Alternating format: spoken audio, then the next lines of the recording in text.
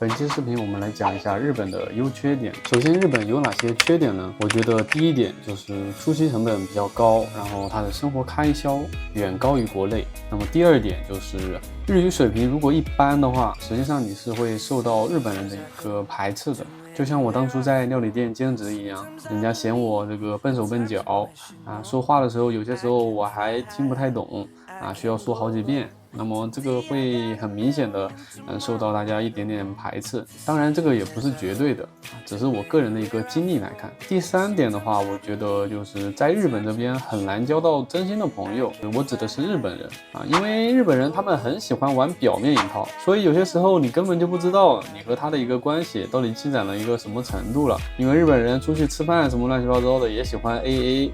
所以说这个东西我反正是非常不喜欢啊。然后第四点的话，我觉得就是个人隐私性他们都特别强啊，就是说话都不能随心所欲，我感觉和日本人说话挺费劲的。然后第五点的话就是薪资上限我感觉不高，小厂的话基本上2万就到顶了，我感觉应该是差不多这个样子。接着往下就是生活的一个便利程度，我觉得是远不如国内的。就如果说你晚上你想要去外面吃东西或者是干啥，你会发现吃的很少，基本上就是居酒屋什么这些，晚上的夜生活不太行啊。最后一点我觉得就是美食特别单一吧啊，日本这边的食物特别容易吃腻，这个是我目前了解到的一个情况啊，我总结出来的一些缺点啊。如果说这里面你觉得都对你来说影响不大，那么我觉得你还挺适合日本的。好的，接下来我们讲一下它的一个优点。第一点最为明显的一点就是它的社会福利待遇啊特别好，我觉得啊，尤其是这个医疗啊，具体我不能多说多说了估计会被限流啊。总结一句话就是看病很便宜。第二点的话就是薪资的下限比较高啊，比如说你是一个扫大街的，或者是说你去餐饮店刷盘子，那么你毕业之后也能拿到月薪差不多12000左右，所以说它的劳动力比较值钱啊。比如说你在东京的话，最低的一个时薪就是每个小时60块钱。第三点的话就是在日本这边工作它是没有年龄危机的，你知道吗？就是他们在公司里面不会随便的开除人几乎都是周末双休，所以说在日本这边工作的话还是挺舒服的然后工作每一年会固定涨薪，每一年涨1000类似于这样子，所以说还算比较稳定吧。如果说你在这边找到了一份政策员的工作第四点就是日语如果没有问题的情况下，你就业机会会比较多相对而言它没有国内那么的卷技术国内的话你可能一个技术面试它要各种考察你但是在日本这边它更看重的是你之前的一些经历，更看重的是你的为人不会刻意的去卷你的技术所以说这一点也给人减小了很大的压力。然后日本这边的企业他们特别欢迎那些新人比如说你大学里面刚毕业他们也是非常欢迎的所以说这一点也非常好。第五点就是这边的一个学历的差距特别小，如果说你是大专或者是说你是研究生，你们也有可能进入同一所公司薪资也是一样的，这也是非常有可能的大厂也会经常去那些专门学校去招聘不会刻意的去区别对待，相对于一些不太想读太多书或者是说不太擅长学习的人也是非常友好的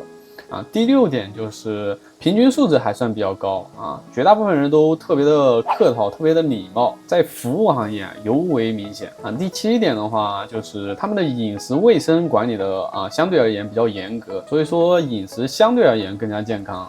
最后一点的话，我觉得就是在这边创业的成功几率会比国内大一点点比如说你在这边开一个料理店，只要你位置找对了，基本上不会亏钱，这是我听一个朋友跟我说的。就像是这种传统行业仍然可以作为创业的一个机会的话那么由此可见，我觉得其他行业也是机会非常多的。好的，我们最后总结一下什么人适合来日本？我觉得那些很享受孤独一个人生活的人，还有就是欲望不是特别高的那些人我觉得会非常不错比如说你不考虑，那么你找一个稳定的工作你也是能够在这边生活的非常不错的。在日本通过努力实际上是可以过得非常不错的。他们最大的一个好处就是不用担心突然某一天得了一场大病，因为前面也说过这个具体我就不讲了。很多人大家可以发现日本很多人摆烂，还有一些人到日本这边拿到永住之后啊，然后就开始退休了。那么对于我来说，我觉得来日本非常划算啊。对于我来说，特别有意义的一些点在哪里呢？首先就是我掌握了一门新的语言，然后养成了爱学习的习惯。新的环境的话，我觉得特别能推动我们进步啊。比如说我开始做自媒体了，对吧？然后也有了一些正反馈啊，开始学习打扮自己，开始学习做饭啊。虽然说学习的都是特别简单的，但是我们已经开始动起来了，行动起来了，而且我们对这些东西并不是特别排斥的话，那这就是一个很好的开始，我觉得。完成しました。还有就是学会了独立生活，对吧？你到一个陌生的国度，你离父母特别远，那么你需要一个人照顾自己啊，这个对于自己的一个独立生存能力也是一个还不错的提升啊。然后就是我做自媒体的话，这么一个环境啊，让我有了一些内容可以做，也能够让我不断的认识一些新的朋友啊。确实，我在这边做自媒体，这半年多认识了特别多非常支持我的一些水友，还有就是认识了很多特别优秀的朋友。这个就是我目前来到日本的一些感受，然后我觉得非常有意义，非常有价值。我也是对未来充满了信心。好的，本期内容就是这些啊，感谢大家的耐心观看，我们下期再见，拜拜。